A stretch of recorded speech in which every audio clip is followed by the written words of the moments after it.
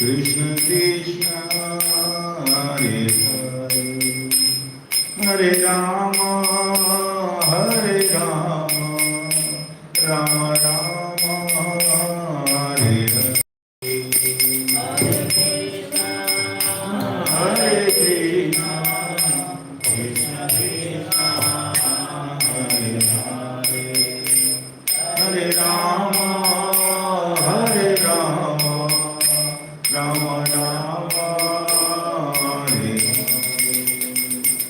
Hare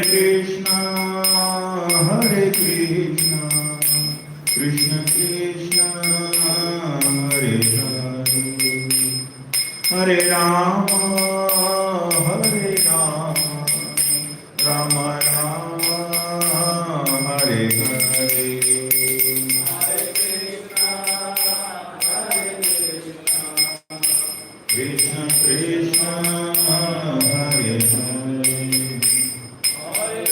Rama Hare Rama Rama Rama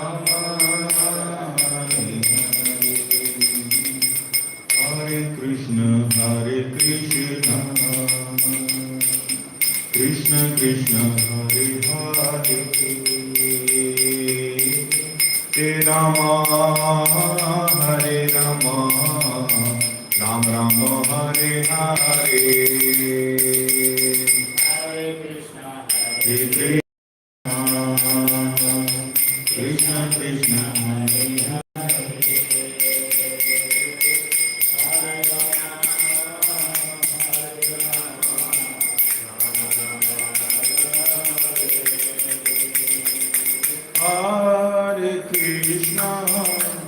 Krishna Krishna Krishna Hare Hare Hare Rama Rama Rama Hare Hare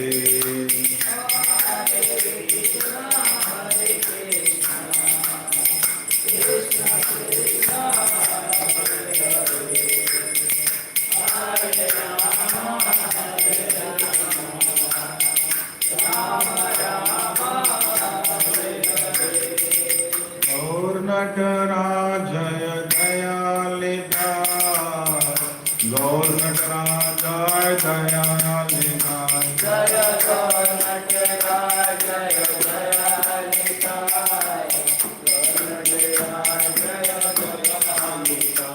Jaya Prabhu Mana Jaya Prabhu Mana Prabhu Mana Jaya Prabhu Mana Jaya Prabhu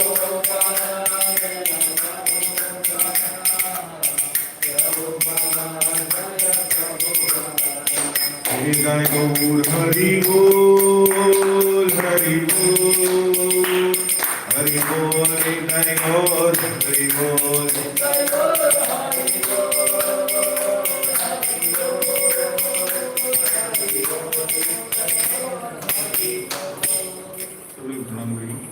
जय ओम Vishnupad Paramhans अष्टोत्तर Sanskrit divine grace Shri Bhaktivedanta स्वामी श्री प्रभुपाद जय जय ओम Vishnupad Paramhans प्रवाचकाचार्य अष्टोत्तर Sanskrit divine grace भक्ति सिद्धांत सरस्वती ठाकुर प्रभुपाद विभिन्न reform रचना जगत गुरु श्री प्रभुपाद नमस्कार श्री रविदास ठाकुर प्रेम से कहो जय श्री कृष्ण चैतन्य प्रभु नित्यानंद श्री अद्वैत गदाधर श्रीवासादि गौर भक्तवृंद की श्री श्री राधा कृष्ण गोप गोपीनाथ राधा कुंड श्याम कुंड गिरिराज गोवर्धन की वृंदावन मथुरा धाम की नवदीप मायापुर धाम की पुरुषोत्तम श्री जगन्नाथपुरी धाम की अयोध्यापुरी धाम की पतित पावन हरे कृष्ण महामंत्र की श्रीमद् भगवद गीता की ग्रंथराज श्रीमद् भागवतम की गंगा यमुना माई की भक्त देवी तुलसी महाराज की सभी भक्तों की जय जयकार सभी भक्तों की जय जयकार सभी भक्तों की जय जयकार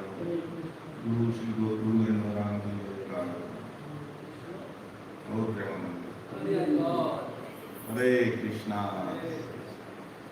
सभी का स्वागत है मॉर्निंग भागवत क्लास में। मौसम भी बढ़िया है बेईमान और हम लोग भागवत पढ़ रहे हैं। ऐसे ही मौसम होगा जब सुखताल पे मॉर्निंग का टाइम होता होगा। वैसे तो अभी तक धूप आ जानी चाहिए थी, लेकिन आज मौसम बिल्कुल अच्छा सा है।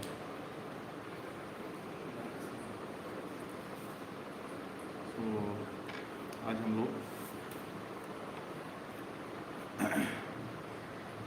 चैप्टर नंबर स्कंद 1 चैप्टर नंबर 13 श्लोक नंबर 48 और चैप्टर का टाइटल है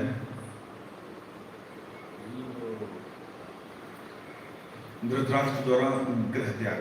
जैसा टाइटल है वैसा ही धृतराष्ट्र जो है गृह त्याग कर चुके हैं। तो पहले शब्दांत पढ़ेंगे। तत् माने अतः इदम यह अभिव्यक्ति भगवान श्री भगवान राजन हे राजन एक अद्वितीय आत्मा परमात्मा आत्मना अपनी शक्तियों से स्वदृढ़ गुणों में अपने ही जैसा अंतरः माने बाहर अनंतरः अंदर तथा अपने द्वारा भांति माने प्रकट करता है। पश्य देखो तम उन्हें ही माया विभिन्न शक्तियों के प्राकट्य से उरुधा अनेक प्रतीत होता है।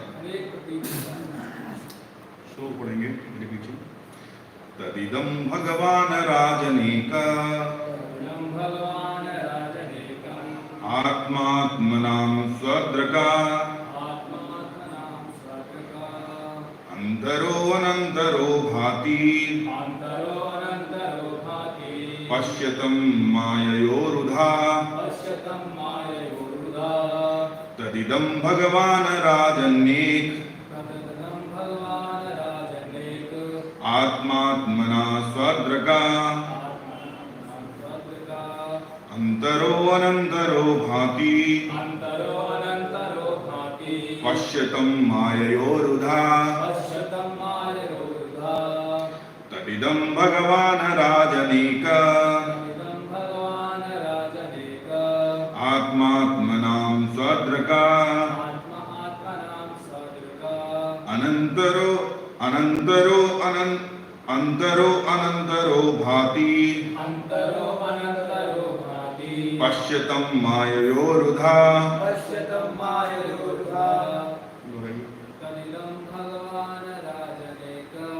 तदिदं भगवान राजनेक आत्मा स्वदृका अंतरो अनंतरो भाति पश्यतं माययोरुधा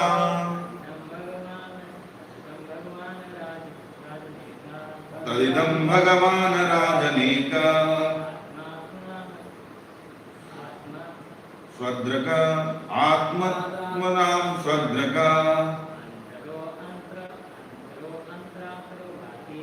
अंतरो अनंतरो भाति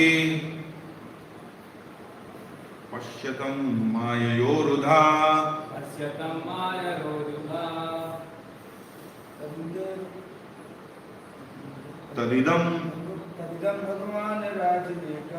तदिदं भगवान राजनेक आत्मात्मनां स्वदृका अंतरो अनंतरो भाति माययोरुधा। Thank you.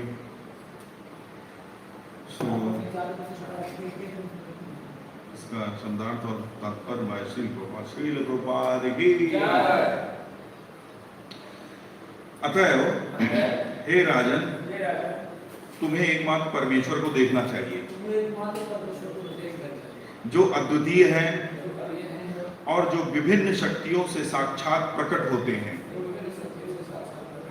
और अंदर तथा बाहर दोनों जगह है। तात्पर्य पूर्ण पुरुषोत्तम भगवान अद्वितीय हैं, किंतु वे अपनी विभिन्न शक्तियों के द्वारा स्वयं प्रकट होते हैं, क्योंकि वे स्वभाव से आनंदमय हैं। सभी जीव भी उनकी तटस्था शक्ति के प्राकट्य हैं, जो गुणों में श्री भगवान के समान हैं और श्री भगवान की बहिरंगी तथा अंतरंगी शक्तियों के अंदर तथा बाहर दोनों ही जगह असंख्य जीव हैं। चूंकि आध्यात्मिक जगत श्री भगवान की अंतरंगी शक्ति की अभिव्यक्ति है, अतएव जो जीव अंतरंगी शक्ति के अंदर हैं वे बहिरंगी शक्ति से दूषित हुए बिना गुण में श्री भगवान के समान ही हैं।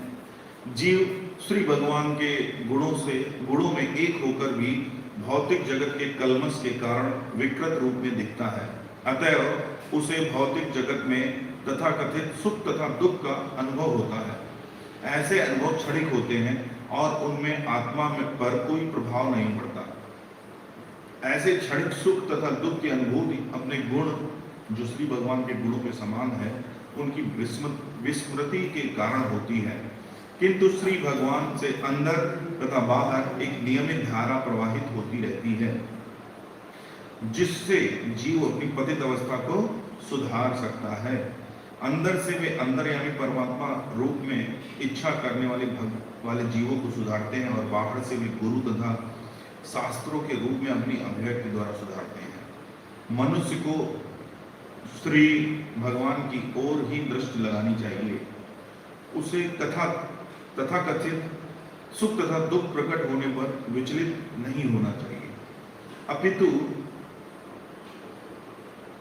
पतित आत्माओं का सुधार करने के लिए श्री भगवान के बाह्य कार्यों में उनकी सहायता करनी चाहिए।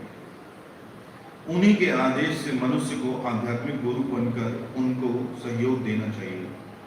किसी को अपने निजी स्वार्थ, भौतिक लाभ या आजीविका कमाने हेतु अथवा धंधे के साधन के लिए गुरु नहीं बनना चाहिए। ऐसे प्रमाणिक गुरु जो श्री भगवान को सहयोग देने हेतु श्री भगवान की और दृष्टि लगाते हैं, वे गुणात्मक रूप से श्री भगवान से एक होते हैं और भुलक्कड़ जीव केवल विकृत प्रतिबिंब मात्र होते हैं।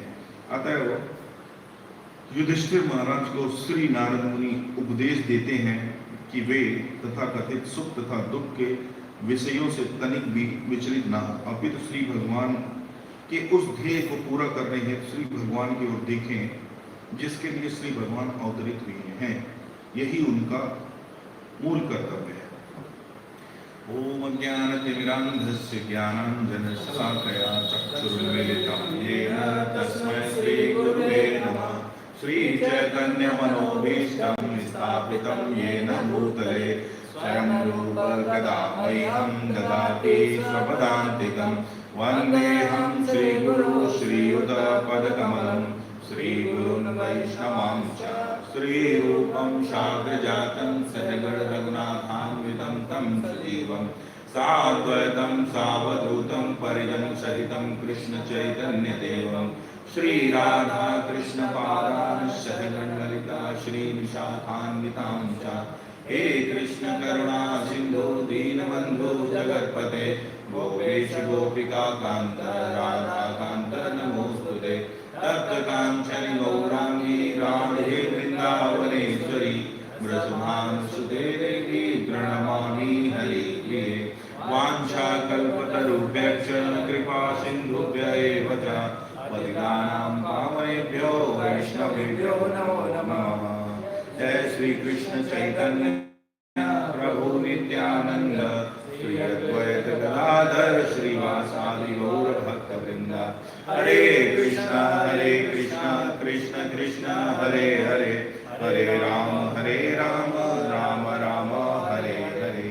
नमो विष्णुपादाय कृष्ण प्रेष्ठाय भूतले श्रीमते भक्ति वेदांत स्वामी इति नामिने। नमस्ते सरस्वती देवी गौरवाणी प्रचारिणे निर्विशेष शून्यवादी पाश्चात्य देशतारिणे। ओम करोति लंघते गिरिं तमहं वन्दे श्रीगुरुदीनतारिणे। हरे कृष्णा। फिर से सभी का स्वागत है। तो जैसा ये चैप्टर है धृतराष्ट्र ये ग्रह त्याग, और धृतराष्ट्र ग्रह त्याग कर चुके हैं, जा चुके हैं घूमने। तो अभी देखिए इसमें नारद जी ने इंटरवीन किया। युधिष्ठिर जो है बड़े व्याकुल हो गए जब एक सुबह वो आए अपना नित्य कर्म करके, ब्राह्मणों को प्रणाम करके, जब वो महल, गुरुओं को प्रणाम करके महल के अंदर आए तो उन्होंने देखा कि उनके ताऊ ताई और चाचा विदुर वो नहीं है, जा चुके हैं। बड़े व्याकुल हो गए। तो नारद जी जो है वो आते हैं और उनको थोड़ा संभालते हैं। मतलब ये हमें पता चलता है कि जब भी कभी हम अपने जीवन में कोई व्याकुलता है, कोई भी परेशानी है, तो एक वरिष्ठ भक्त का इंटरवेंशन बहुत आवश्यक है। हम स्वयं निकलना, सिचुएशन से निकलना डिफिकल्ट होता है। युधिष्ठिर महाराज जो है वो ऐसा नहीं है कि वो, इससे पहले भी उनको जब युद्ध समाप्त हो गया, जब राज्य अभिषेक होने का समय आया तो बड़े व्याकुल हुए, बड़ा रोना गाना किया कि मैं ही इस पूरे युद्ध का कारण हूँ, ये सारी मृत्यु का कारण मैं हूँ, बताओ मैंने अपने भाइयों और राज्य के लिए, बड़े वो व्याकुल हुए। तो तब भी एक वरिष्ठ भक्त का, एक शुद्ध भक्त का इंटरवेंशन हुआ। किसका? भीष्मदेव का। भीष्मदेव ने उन्हें कंसोल किया। बहुत लोगों ने कंसोल किया, मतलब करने आए, भौम ऋषि और भी बड़े राज ऋषि, लेकिन क्या है, कृष्ण ने किसको चुना था? भीष्मदेव को। तो भीष्मदेव ने फिर उनको कंसोल किया। तो कहने का तात्पर्य है कि हमारे जीवन में बहुत सारी प्रॉब्लम होती हैं आध्यात्मिक, क्योंकि अशाश्वतम दुखालय है। कभी ना किसी भी तरीके से हम विचलित हो जाते हैं, किसी सिचुएशन से, किसी व्यक्ति से, किसी पर्टिकुलर समय में विचलित हो जाते हैं। तो हमें क्या है, वरिष्ठ भक्तों की शरण लेनी चाहिए, केवल और केवल। क्योंकि सडनली हम, खैर युधिष्ठिर महाराज तो शुद्ध भक्त हैं, ये तो सब, ये उनका प्रेम था। मतलब इतना सब होते हुए सामान्य व्यक्ति इस कॉन्शियस में नहीं रह सकता है कि वो अपने ताऊ ताई को एक राजा की तरह ही टेक केयर करते थे। वो उनको राज्याभिषेक होने के बाद भी वो क्या है, उनका ऐश्वर्य जो बनाए रखा था उन्होंने, ताऊ और ताई का। तो बड़े उदार हृदय के व्यक्ति हैं युधिष्ठिर महाराज। लेकिन हम जैसे क्या है कि बद्ध जीव हैं, हम कितना भी प्रयास करें सतोगुण में रहने के लिए, क्योंकि भक्ति कर रहे हैं तो सतोगुण में रहना आवश्यक है। भक्ति कर रहे हैं तो सतोगुण ही प्लेटफॉर्म है, सतोगुण से ही हम टेक ऑफ करेंगे, शुद्ध सत्व की तरफ जाएंगे। यही अल्टीमेट सबका एम होता है। तो किसी भी व्याकुलता में, परेशानी में, चिंता में हम क्या है, इमीडिएटली तमोगुण में आ जाते हैं। क्योंकि तमोगुण का रिजल्ट क्या है? तमोगुण चिंता, शोक, दुख, ये सब तमोगुण के लक्षण हैं। तो ऐसे में क्या है कि हम खुद अपना काउंसलिंग करना थोड़ा डिफिकल्ट होता है, क्योंकि हम जो भी विचार करेंगे वो सब तमोगुण से प्रेरित होंगे, ये चांसेस रहते हैं। तो हमें क्या है कि बहुत देर तक तमोगुण में रहे बिना इमीडिएट शरणागति लेनी चाहिए। किसकी? एक वरिष्ठ भक्त की। जैसे गजेंद्र मोक्ष में, अभी मुझे याद है, बड़ा अच्छे से बताया था वेदांत चेतन प्रभु ने। गजेंद्र मोक्ष में जो गजेंद्र थे वो मगरमच्छ से क्यों परास्त हो गए थे? क्योंकि मगरमच्छ के कंपेयर में जो गजेंद्र है बहुत पावरफुल है, बहुत ज्यादा पावरफुल थे। मतलब एक पैर में बिल्कुल मसल देते मगरमच्छ को। लेकिन वो क्यों हार गए? संघर्ष करते रहे। वो इसलिए हार गए क्योंकि वो मगरमच्छ के इलाके में रहे, ज्यादा देर तक फंसे रहे उसमें, इसलिए क्या है, उनकी शक्ति क्षीण हो गई। और अभी अगर वो कैसे भी करके किसी की सहायता से, मदद से, अगर वो मान लो जमीन पे ले आते उस मगरमच्छ को। तो एक पैर तो उसने मुंह में रख रखा था मगरमच्छ ने, दूसरा पैर, बाकी 3 पैर तो फ्री थे, दूसरा तो पास वाला पैर आगे का, हम देखते हैं ना कैलेंडर्स में या इस तरीके से, तो आगे का पैर जो है चित्र में, पेंटिंग्स में देखते हैं कि आगे का पैर जो है जनरली आगे का लेफ्ट साइड वाला पैर, राइट साइड वाला पैर जो है उसने मुंह में रख रखा था। तो अगर वो खींच के मान लो जमीन पे ले आता और दूसरे पैर से पिचका देता, उसके लिए कोई बड़ा काम नहीं था, लेकिन क्या है कि मगरमच्छ ने उसको परास्त कर दिया, मगरमच्छ ने उसको परास्त कर दिया। तो फाइनली क्या है, अल्टीमेटली फिर भगवान की शरण लेनी पड़ी। तो उसमें हुआ क्या कि वो बहुत देर तक पानी में रहा। तो हम ऐसी परेशानी के टाइम में, चिंताओं के टाइम में, व्याकुलता में बहुत देर तक हमें तमोगुण में फंसे नहीं रहना चाहिए। इमीडिएट हमें क्या है, वरिष्ठ भक्त की शरण लेनी चाहिए, क्योंकि वो हमको तमोगुण से निकाल के सतोगुण में फिर से ले आएगा। तो वही यहाँ पे नारद जी ने जो है युधिष्ठिर को समझाया। और एक बहुत इसका एग्जाम्पल जो है बहुत बड़ा, एक बड़ा महत्वपूर्ण उदाहरण है व्यासदेव जी। श्री श्री गौर नटराज दयाल निधाय भगवान की। श्री व्यासदेव जो है जब सभी ये चारों वेद और पुराण लिख दिए, 17 पुराण लिख दिए, उपनिषद लिखे, महाकाव्य लिख दिए, लेकिन वो क्या है, संतुष्ट नहीं हुए, व्याकुलता थे।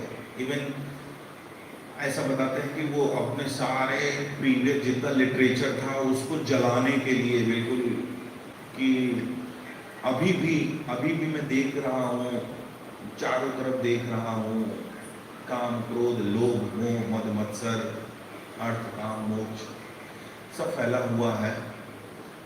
तो और वो खुद संतुष्ट नहीं थे, अपने मन में भी संतुष्ट नहीं थे। तो ऐसे में स्वयं श्री व्यासदेव को कंसोल करने के लिए किसको आना पड़ा? अगेन कौन आया था? नारद जी, उनके गुरु। नारद जी कौन है? व्यासदेव जी के गुरु हैं। तो वो आए और फिर फाइनली क्या है, गुरु ने कंसोल किया और फिर फाइनली क्या है, श्रीमद् भागवतम का एडवेंट हुआ, श्रीमद् भागवत प्रकट हुई। फिर उन्होंने श्रीमद् भागवत की पुराण की रचना की। ठीक है, तो इस तरीके से हमें अपने भक्तों को अपने जीवन में भी हमेशा एटलीस्ट एक व्यक्ति ऐसा जरूर रखना चाहिए कि जिससे वो हृदय की बात कर सके, जिससे अपना दिल खोल के अपनी समस्याओं को ईमानदारी से, ऑनेस्टी से शेयर कर सकें, परेशानी में जा सकें। ठीक है, तो ऐसा एक व्यक्ति जरूर होना चाहिए। ऐसा भक्त हमारे जो है जीवन में, भक्तों के लिए बहुत आवश्यक है कि एक भक्त जो है एटलीस्ट होना चाहिए। हाँ, बहुत अच्छा है। अच्छा, प्रभु जी हैं आप? ठीक है, तो ये हमें यहाँ पे इस श्लोक से इमीडिएट ये समझ में आई बात। तो हमारे लिए बहुत आवश्यक है कि वरिष्ठ भक्तों की शरणागति में रहना है।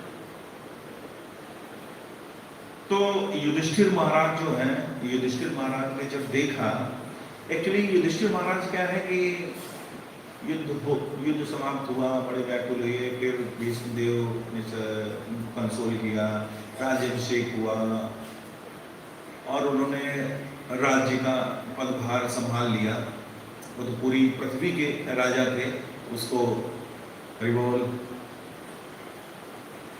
तो पूरी पृथ्वी के राजा थे, उन्होंने राज्य भार संभाल लिया और राज्य करने लगे। तो धीरे धीरे की, और फिर विदुर, उनके चाचा भी आ गए। विदुर बहुत हितैषी थे, पांडवों के विशेष रूप से बहुत ज़्यादा हितैषी थे पांडवों के।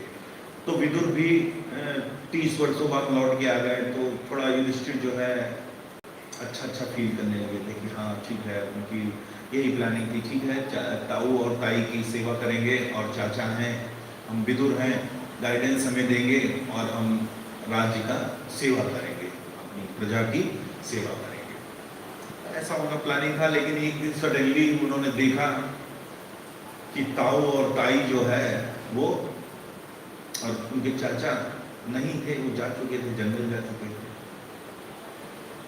तो उनकी जो प्लानिंग थी वो सारी सडनली क्या हुई, ध्वस्त हो गई, उनकी प्लानिंग जो है। तो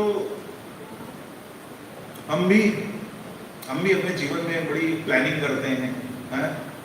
चाहे वो स्टूडेंट है, चाहे वो गृहस्थ है, चाहे डॉक्टर है, टीचर है, सबकी प्लानिंग होती है। कोई 2 साल की प्लानिंग होती है कि हम 2 साल में ये कर लेंगे, ये टारगेट है। 5 साल की प्लानिंग रखते हैं, 10 ईयर की प्लानिंग रखते हैं, आजीवन प्लानिंग रखते हैं, और इस तरीके से। लेकिन हमारी प्लानिंग क्या है, वो चलती नहीं है। चलती है क्या? अगर हमारे प्लान से सब कुछ होने लगे तो फिर भगवान का क्या काम। और भक्त लोग क्या है, भक्त लोग वास्तव में भगवान के प्लान को ही अपना प्लान बनाते हैं। और जो जैसे इसमें वर्ड यूज किया, वैसे मुझे तो ये तात्पर्य जब पढ़ा मैंने, तो मुझे तो भगवत गीता का भूमिका थोड़ा याद आ गई। भूमिका में सद्यंतरंगा बहिरंगा, ये सारी बातें बताई हैं प्रभुपाद में, तो वही उसी तरीके से थोड़ा फीलिंग आ रहा है। और ये टाइप का, ये जो नारद जी के जो श्लोक उन्होंने कहे, जो बातें बताई, वो भगवत गीता को ज्ञान नहीं दिया। एक्चुअली वो व्याकुल हो गए ना मोह के कारण। मोह भंग करने का एक ज्ञान है, बस यही ज्ञान है। आत्मा और शरीर का ज्ञान दे दो और भगवान की स्थिति बता दो। तो वही सारे श्लोकों में नारद जी ने यही ज्ञान उनको दिया। तो हम प्लानिंग करते हैं, खूब प्लानिंग करते हैं, जैसे हर चीज़ की, कि बच्चा हमारा ऐसे पढ़ जाएगा, फिर ये बनेगा, वो बनेगा। लेकिन होता क्या है, कुछ और ही होता है।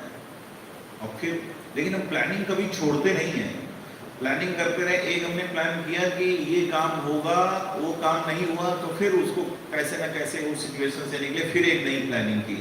प्लानिंग करना नहीं छोड़ते। हम क्या है कि संदेह हमें रहता है हमेशा, नहीं विश्वास भी होता है। संदेह और विश्वास दोनों ही चीजें होती हैं हमारे जीवन में। विश्वास हम अपनी क्षमताओं पे करते हैं, और संदेह हमें रहता है, शास्त्रों पे संदेह रहता है। पढ़ते भी खूब हैं, समझते भी खूब है, लेकिन संदेह रहता है। और अपने स्किल पे, मटेरियलिज्म पे हमको बहुत ज़्यादा विश्वास रहता है। लेकिन होना क्या चाहिए, हमें क्या है, हमें अपने स्किल पे संदेह होना चाहिए, अपनी पढ़ाई नौकरी पे थोड़ा संदेह होना चाहिए कि ये क्या हमें आनंदमय जीवन दे पाएगी, इस पे संदेह होना चाहिए। और शास्त्रों पे क्या है, पूरा विश्वास होना चाहिए। तो अब इसके लिए क्या है कि अगर हम भगवान की प्लानिंग को ही अपनी प्लानिंग बना लें तो काम बन जाएगा। भगवान की प्लानिंग को ही अपनी प्लानिंग बना लें। जैसे अगर हम शास्त्रों का उदाहरण दें, एक प्लानर, बहुत बड़ा प्लानर हुआ है हिरण्यकश्यप।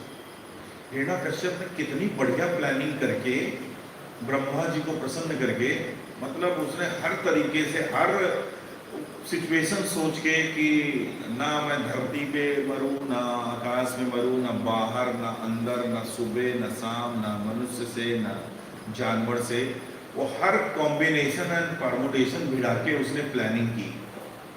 लेकिन क्या हुआ, नरसिंह देव आए, थोड़ी कुटाई की, थोड़ा खेला उसके साथ और चीड़ फाड़ करके चले गए। उसकी प्लानिंग सब धरी रह गई। तो सोच लो, हिरण्यकश्यप कोई साधारण व्यक्ति नहीं था। हर दृष्टि से अगर देखें तो वैसे तो हिरण्यकश्यप और हिरण्याक्ष जो है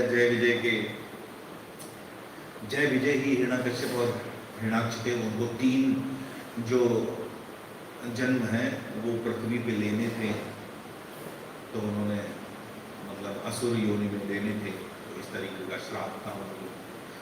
तो उस दृष्टि से भी अगर देखा जाए, और दूसरा क्या है, वो असुर बड़े, दोनों ही जो असुर थे वो बड़े ही, हिरण्याक्ष और हिरण्यकशिपु। हिरण्याक्ष बड़ा भाई था और हिरण्यकशिपु छोटा भाई था।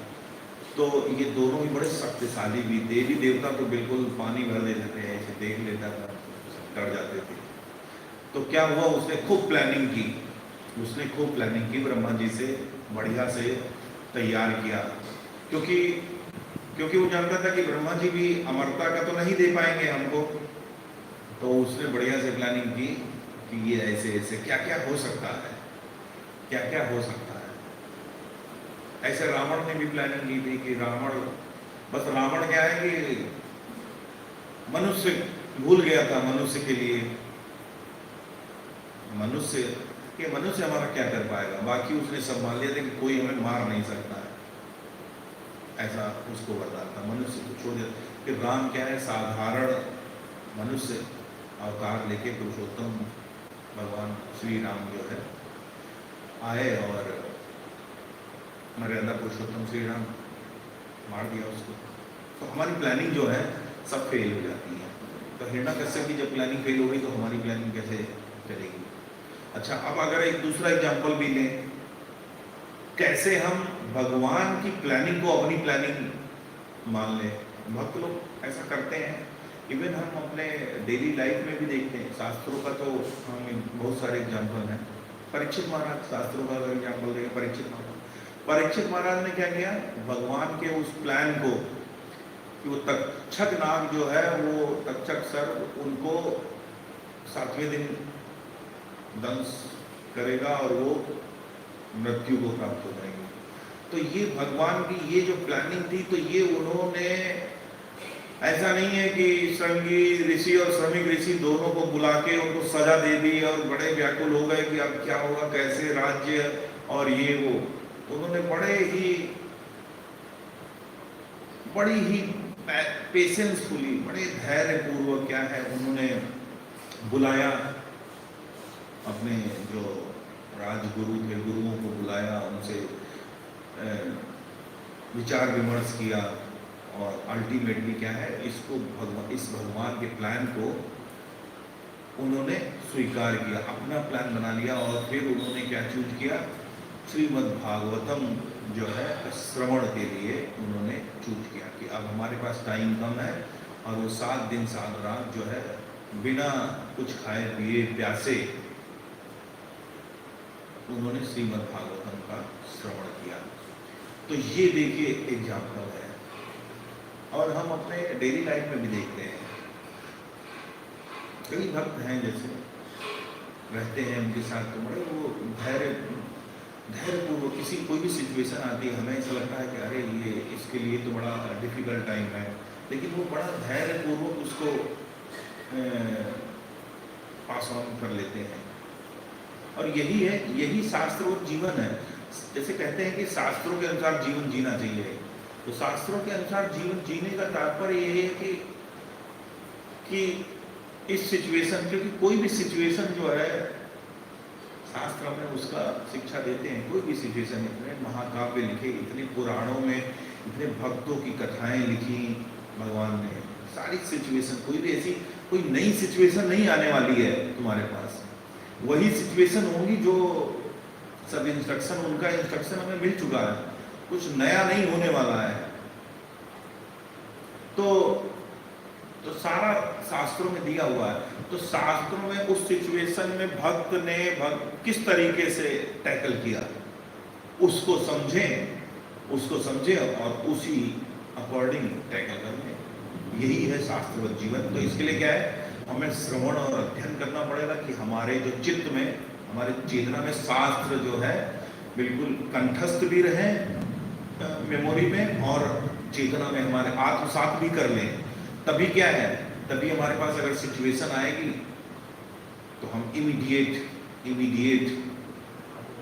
रिफ्लेक्ट हो जाएगा कि हाँ ऐसे हमको करना चाहिए। यही शास्त्रवत जीवन है। इसी को हम कहते हैं कि भगवान की प्लानिंग को अपनी प्लानिंग बना लेना। तो यहाँ पे जैसे, क्योंकि हम ये समझ नहीं पाते हैं कि मैन प्रपोजेस गॉड डिस्पोजेस। हम केवल प्रपोज कर सकते हैं, डिस्पोजल तो कहीं और से होगा। डिस्पोजल भगवान करेंगे, सैंक्शन जो करने वाले हैं वो भगवान करेंगे। तो यहाँ पे नारद जी यही कह रहे हैं कि तुम जो है, तुम्हें एकमात्र परमेश्वर को देखना चाहिए जो अद्वितीय है। अभी ये जो शोक है ताऊ ताई और चाचा के लिए, तो उनके सबके अंदर परमात्मा स्वरूप में भगवान है। तो तुम उस परमात्मा परमेश्वर को फोकस करो, तो तुम्हें वही संतुष्टि मिलेगी जो ताऊ ताई और चाचा के होने से संतुष्टि। क्योंकि अल्टीमेटली कोई भी जीव है वो तभी तक आदान प्रदान करेगा जब तक उसके अंदर आत्मा रहेगी, भगवान का अंश आत्मा और परमात्मा। कोई जीव, कोई उसका शरीर तो कोई आदान प्रदान नहीं कर रहा है। आत्मा जब चली जाती है उसमें से परमात्मा और आत्मा जब चले जाते हैं, तो क्या वो किसी प्रकार का सुख या आदान प्रदान कर सकता है? नहीं, फिर तो बस उसको जला देते हैं, यही आदान प्रदान होता है। तो जला दिया, दफना दिया, जो भी है। तो यही नारद जी बता रहे हैं कि उस परमेश्वर को देखना चाहिए जो अद्वितीय है और विभिन्न शक्तियों से साक्षात प्रकट है।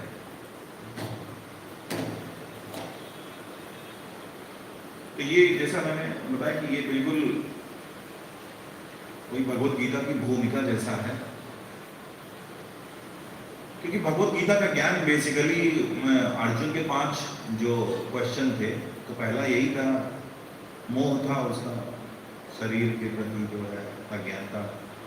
तो यहाँ पे युधिष्ठिर की भी वही कंडीशन थी, तो इसलिए नारद जी ने भी वही फंडामेंटल नॉलेज दिया शरीर और आत्मा का। पीछे के श्लोक में भी शरीर आत्मा का, भगवान की स्थिति का ज्ञान दिया। ये बिल्कुल वैसा ही है मिनी भगवत गीता। भगवत गीता मतलब नारद गीता जो पीछे के, अब ये लास्ट का चल रहा है। तो अब क्या इंस्ट्रक्शन क्या दे रहे हैं, लेकिन प्रभुपाद ने फिर एक्सप्लेन किया कि जब हम अपने प्लान बनाते हैं और वो टिक नहीं पाते हैं, क्योंकि भगवान कहते हैं मम माया दुरत्या, दैवी ऐसा गुणमयी मम माया दुरत्या। क्योंकि बद्ध जीव जो है, जो प्लानर होते हैं, जो अपने प्लान बनाते हैं, ऑब्वियसली वो बद्ध जीव होंगे, और जो बद्ध जीव होंगे वो फिर माया के टेक केयर में होंगे। अब माया को भगवान क्या कह रहे हैं? दुरत्या, उससे पार। माया मेत्ताम तरंगते, तभी निकलोगे जब मेरी शरण में आओगे। तो बद्ध जीव जो प्लान बना रहा है, इसका मतलब भगवान की शरण में नहीं है, तभी वो अपने स्किल पे अभी विश्वास कर रहा है, वो शरणागति नहीं है, तभी वो प्लान बना रहा है। तो क्या है, फिर उसे माया से जूझना पड़ेगा, थप्पड़ खाने पड़ेंगे, लात घुसे खाने पड़ेंगे। अब फिर प्रभुपाद कहते हैं अतएव उसे भौतिक जगत में तथाकथित सुख तथा दुख का अनुभव होता है, द्वंद्व में फंस जाएगा। वो क्या है, द्वंद्व में फंस जाएगा। क्षणिक कहीं कुछ सुख मिलेगा, थोड़ा सुख कम होगा, दुख का अनुभव होने लगेगा, और यही सुख दुख जो है, लेकिन वो आनंद की प्राप्ति नहीं करेगा, वो छटपटाता रहेगा। क्योंकि सुख भी जो है संतुष्ट नहीं करता है। सुख भी, दुख तो हमें समझ में आता है कि संतुष्ट नहीं करता है, दुख में तो व्यक्ति दुखी होता ही है समझ में, लेकिन वास्तव में सुख भी संतुष्ट नहीं करता है। अगर सुख संतुष्ट करता है तो व्यक्ति हमेशा सुखी रहता है। एक स्टेज पे सुखी हो गया तो वो हमेशा सुखी रहता है, लेकिन उसको सुख भी संतुष्ट नहीं कर रहा, वो कुछ और इच्छा कर रहा है, और वही उसको आगे दुख में ढकेल देता है। इसीलिए सुख और दुख के द्वंद्व में फंसा रहता है।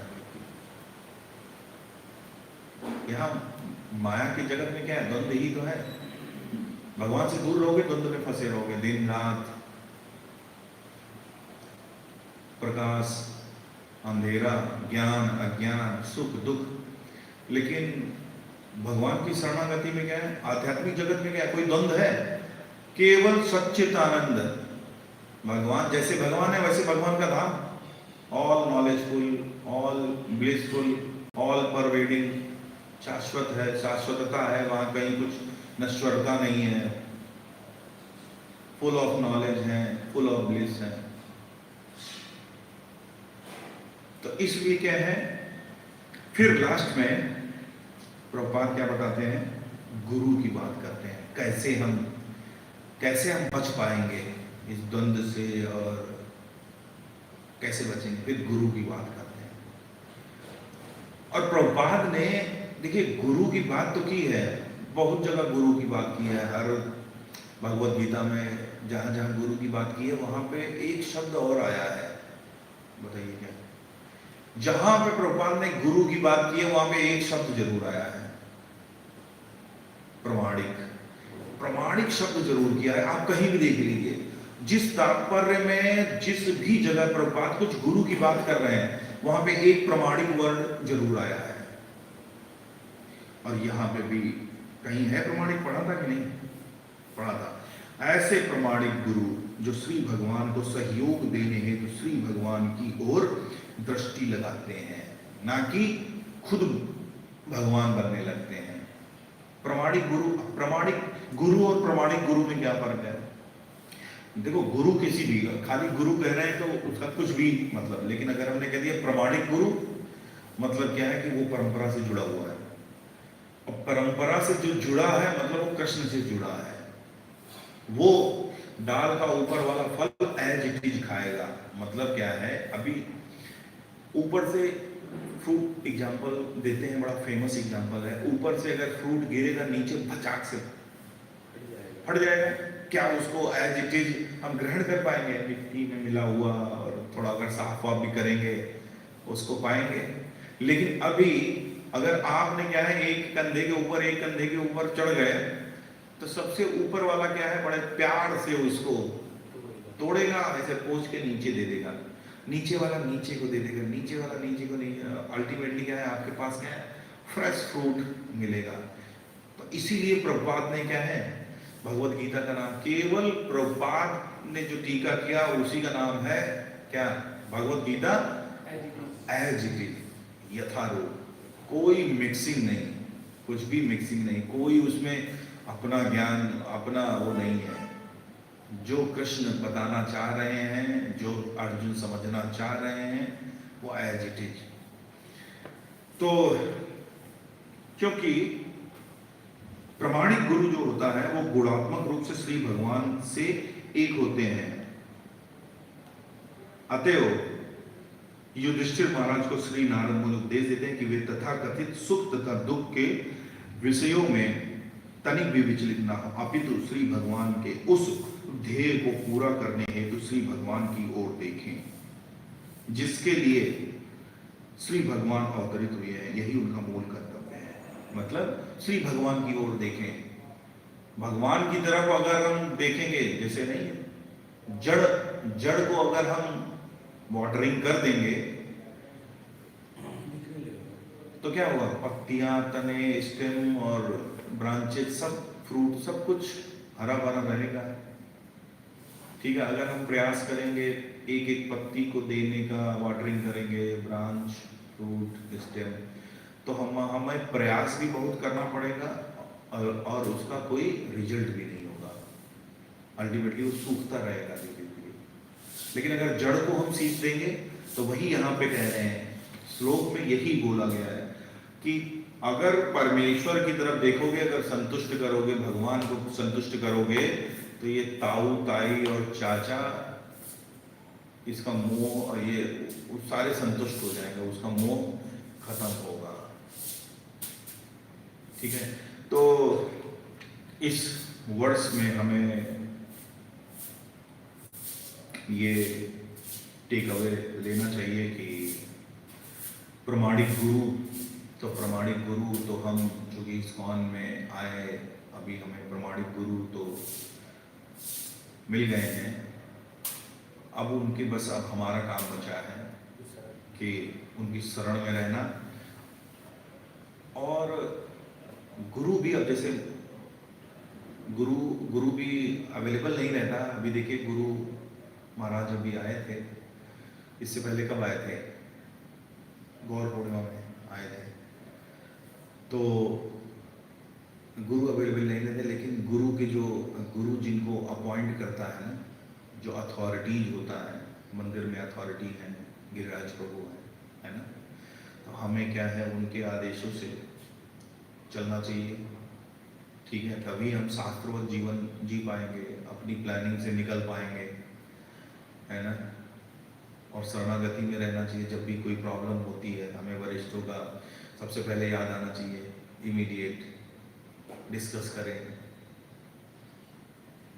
और अल्टीमेटली हमें किसका सहारा लेना चाहिए? हरिनाम का, जो सबसे बड़ी, बिना पात्रता देखे हुए चैतन्य महाप्रभु ने सबको बांटा है। बिल्कुल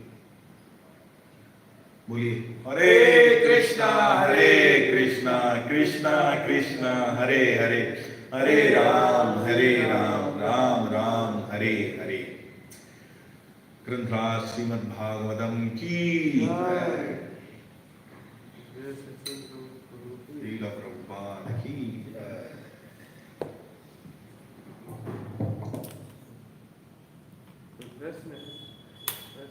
अगर कोई जिज्ञासा है, कोई प्रश्न है तो।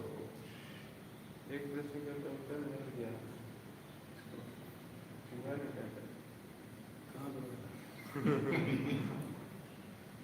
देखिए उधर ही आज आदेश है, अब ये जो है काम करना है, उसे बाहर करना है।